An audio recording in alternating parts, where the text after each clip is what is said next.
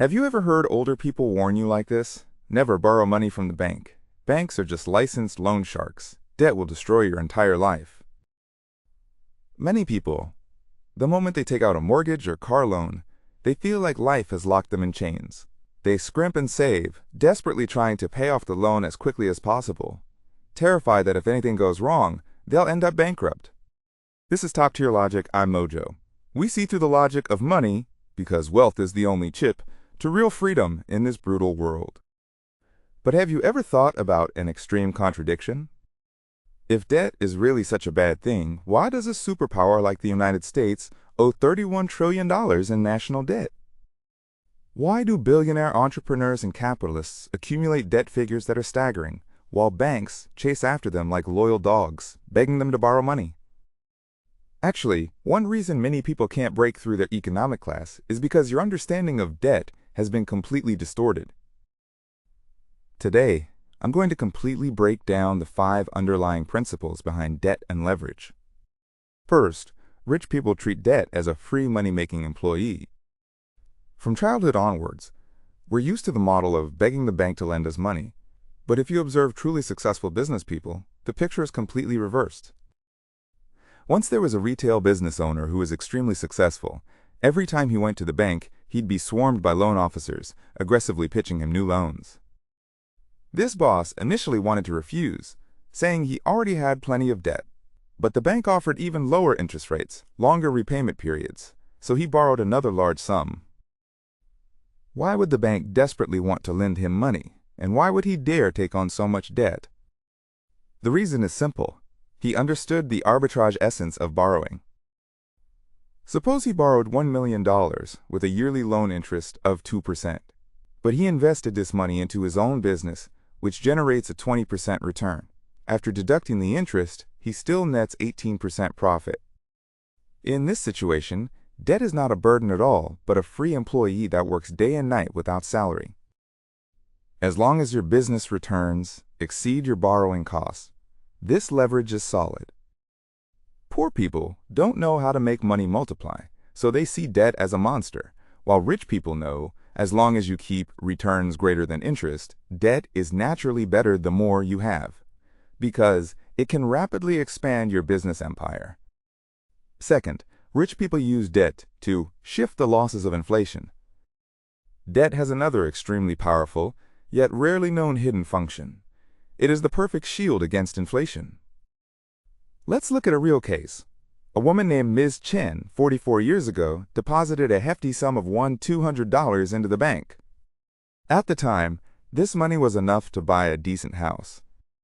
But 44 years later, when she went to withdraw, she only got back $684, principal and interest combined. This money today probably wouldn't even buy a high-end mattress. This is the terror of inflation, that invisible thief. As long as you keep your money locked in the bank, your purchasing power shrinks every single day. But what if you owned debt?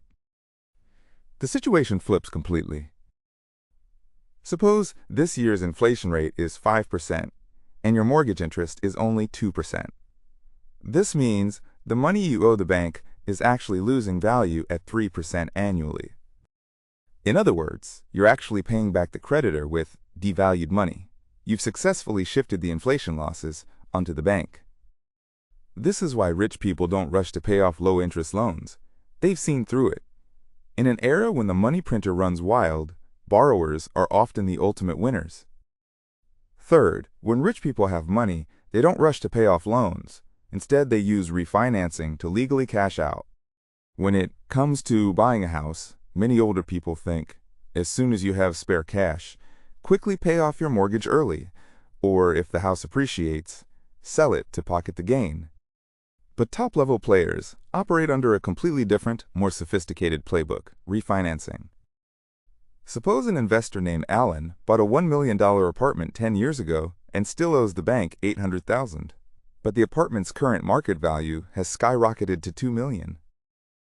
If Alan sells the apartment and cashes out, he not only loses this quality asset, but also pays a steep capital gains tax. But Alan's approach is to ask the bank for refinancing. The bank assesses and agrees to lend him 80% of the property value, which is 1.6 million. Alan uses this 1.6 million to pay off the original 800,000 he owes, and suddenly has 800,000 in cash in hand.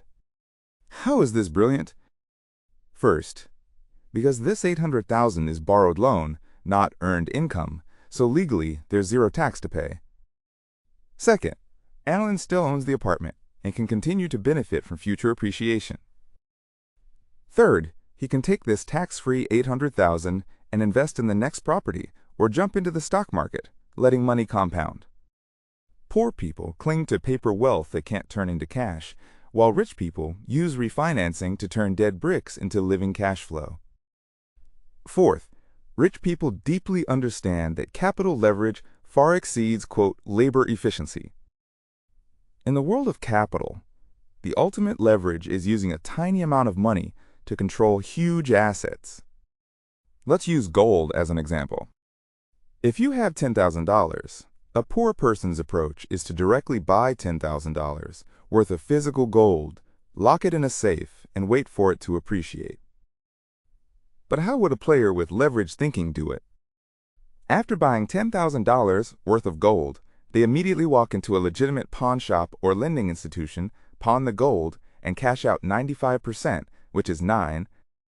What does this mean? It means they actually only spent $500 to buy an option claim to control $10,000 worth of gold. If gold prices soar in the coming months and this batch rises to $13,000, they just redeem and sell with the claim and net $3,000 profit. Using a real cost of $500 to earn $3,000, that's a six-fold return. What if gold prices crash, falling to $5,000? It's simple. They can simply choose not to redeem. Their maximum loss is just the original $500. This is the structure rich people love. Downside risk is severely limited. Upside gains can multiply infinitely. They're always searching for this kind of leverage point that can move huge resources with small capital. But after discussing so much about the benefits of leverage, finally, the fifth point, I must make you face the most brutal objective rule in the world of leverage. Leverage is a double-edged sword. It can make you or instantly destroy you. Let's use a simple banana parable to understand. Suppose a monkey believes bananas will go up. It wants to buy bananas worth 100 leaves, but it only has 10 leaves. So it borrows 90 leaves from the bank. This opens a 10 times leverage. If banana prices rise 10%, becoming 110 leaves, it sells the bananas, pays back the bank's 90 leaves, and has 20 leaves left. It made 10 leaves from 10 leaves of capital. That's a perfect 100% return. But what if the market just trembles slightly? Banana prices fall 10%, becoming 90 leaves. Then it sells all the bananas and has just enough to repay the bank's 90 leaves. Its original 10 leaves of capital instantly becomes zero. The market moved just 10%. Its capital was wiped out. This is why all top investment masters are deeply wary of leverage. Poor people see others making big money with leverage without fully understanding market rules. Without even one successful business experience, they blindly borrow to trade stocks, trade crypto. This isn't investing. True rich people, only after ensuring they can survive the worst case, and after seeing through market mechanics, do they carefully pull the trigger on leverage. Now that you're here, take a moment to examine your own attitude toward money. Are you still treating the bank as just a blood-sucking creature that charges interest? Keeping your cash locked in your account? Letting inflation, this thief, slowly empty your future?